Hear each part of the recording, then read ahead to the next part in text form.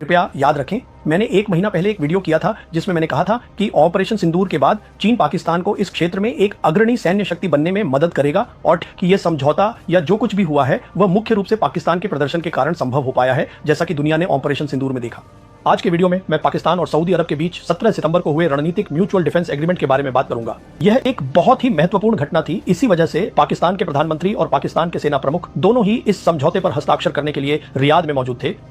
इसका मतलब यह है कि एक पर आक्रमण दोनों पर आक्रमण माना जाएगा। दोस्तों, जैसा कि हेडलाइंस आप देख चुके हैं, आगे आप वीडियो की तरफ ले चलते हैं। इससे पहले आप बताते चलें कि परवीन सवाना भी इस वक्त मैदान में आ गए हैं। उनका ये कहना है कि इंडिया और इसराइल अब कुछ नहीं है, पाकिस्तान इस वक्त दुनिया का सुपर पावर बन चुका है। अब पूरी दुनिया की निगाहें सिर्फ पाकिस्तान पर है।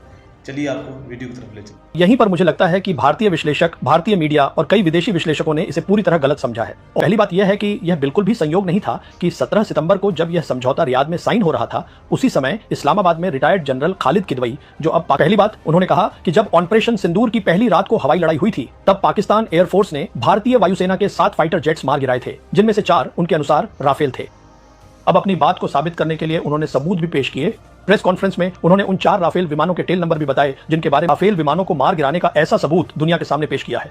तो बात यह है कि अब गेंद वास्तव में भारत के पाले में है। भारत या तो इस सबूत का खंडन कर सकता है, या भारत कोई प्रतिपक्षी सबूत दे सकता है, या फिर भारत चुप भी रह सकता है। मान लेते हैं कि भारत इस पूरे मामले पर चुप ही रहेगा, तो भी दुनिया वैसे ही मानती है जैसा वह इस खुलासे से पहले मानती थी। उनकी सेना ने भारत के खिलाफ अपनी विश्वसनीय पारंपरिक युद्ध क्षमताओं का प्रदर्शन किया, जो कि एक बड़ी बात थी।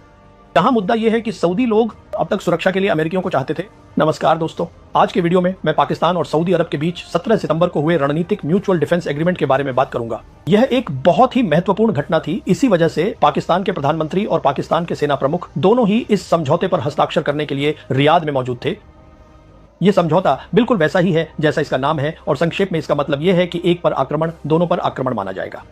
इस समझौते को लेकर किसी भी तरह की कोई अस्पष्टता नहीं होनी चाहिए कि यह किस बारे में है। जैसा कि मैंने कहा, यह वही है जो यह है, लेकिन मुद्दा इस समझौते की व्याख्या का है। और यहीं पर मुझे लगता है कि भारतीय विश्लेषक, भारतीय मीडिया और कई विदेशी विश्लेषकों ने इसे पूरी तरह गलत समझा है। और यही वह बात है जिसके बारे में मैं अपने वीडियो में बात करना चाहता हूं, यानी इस समझौते की व्याख्या। लेकिन इससे पहले कि मैं ऐसा करूं, इस समझौते से जुड़े 3 घटनाक्रम हैं जिन्हें संक्षेप में समझना जरूरी है।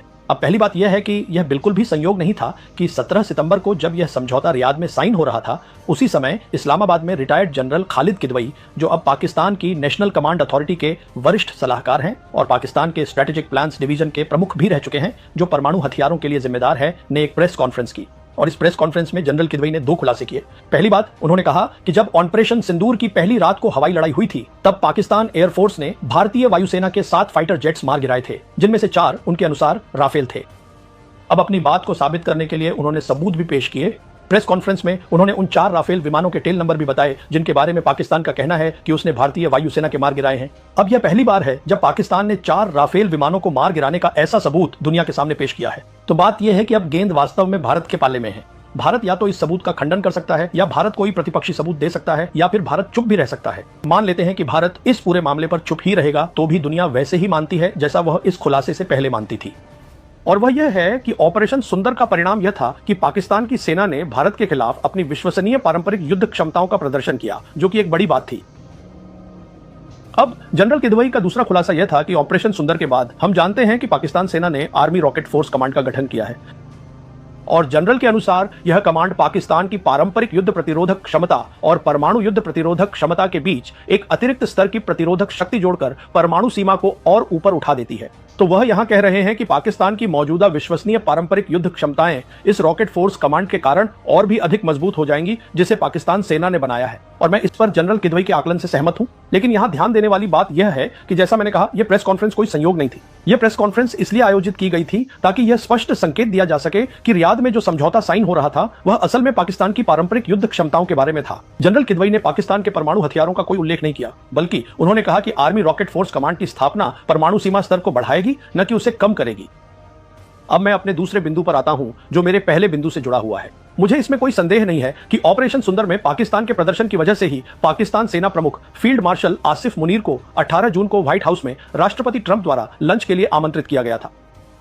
संदर्भ में मुझे विश्वास है कि अन्य बातों के अलावा ट्रंप ने आसिफ मुनीर से बात की होगी। उन्होंने आसिफ मुनीर से मध्य पूर्व और खासकर ईरान के बारे में उनका आकलन लिया होगा, क्योंकि मध्य पूर्व और विशेष रूप से ईरान पर आकलन देने के लिए पाकिस्तान के शीर्ष नेतृत्व से बेहतर कोई देश नहीं हो सकता। तो उन्होंने वह आकलन जरूर लिया होगा और मुझे यह भी विश्वास है कि यही वह बात थी जिसने ट्रंप को वास्तव में समस्या को शांत करने या उस युद्ध को बहुत जल्दी समाप्त करने में मदद की जो इजराइल ने ईरान पर थोपा था। है यहां तक कि सेंट्रल कमांड के पाकिस्तान की सेना के साथ संबंध और भी मजबूत हो जाएंगे, क्योंकि खुद यूएस सेंटकॉम भी यह जानना चाहेगा कि मध्य पूर्व में हालात कैसे बन रहे हैं या आगे क्या होने वाला है, क्योंकि अमेरिका के पास मध्य पूर्व में 1 दर्जन से अधिक सैन्य ठिकाने और 30,000 से ज्यादा सैनिक तैनात हैं। और हम है वह यह है कि जहां तक पाकिस्तान का सवाल है, पाकिस्तान और अमेरिका के बीच आज एक रणनीतिक संबंध है। इसी वजह से राजनीतिक स्तर पर भी और सैन्य स्तर पर भी अमेरिकी लगातार पाकिस्तानियों की सलाह, राय और आकलन चाहते हैं। तो यह एक रणनीतिक संबंध है जो बनाया गया है और यह सब ऑन ऑपरेशन सिंदूर की वजह से है। अब जहां तक चीन का सवाल है, चीन को बिल्कुल भी कोई समस्या नहीं होगी अगर पाकिस्तान की ओर से अमेरिकियों को अच्छे आकलन दिए जाएं। क्यों? क्योंकि खुद चीनी भी मध्य पूर्व में शांति चाहते हैं। उन्होंने वहां बहुत निवेश किया है। असल में मध्य पूर्व बहुत दिलचस्प है। यह एक अस्थिर क्षेत्र है और साथ ही अमेरिकी मध्य पूर्व में चीन के साथ प्रतिस्पर्धा नहीं देखते। यही कारण है कि अमेरिका ने व्यापार, बुनियादी ढांचा निर्माण, ऊर्जा संक्रमण में चीन की बढ़ती भूमिका को चुनौती नहीं दी है। अब मैं विशेष रूप से सऊदी अरब की बात कर रहा हूं, उस समझौते के संदर्भ में जो हस्ताक्षरित हुआ है। तो अमेरिकियों को चीन की बढ़ती भूमिका से कोई समस्या नहीं है, क्योंकि जिन क्षेत्रों की मैंने अभी बात की उनमें उनका चीन से कोई मुकाबला नहीं है। जैसे कि वीडियो आप देख चुके हैं, इस परवीन सवाइना भी मैदान में आ चुके हैं। उनका यही कहना है कि पाकिस्तान इस वक्त सुपर पावर मुल्क बन चुका है, क्योंकि पाकिस्तान का सऊदी अरब के साथ मुआहिदा हो चुका है।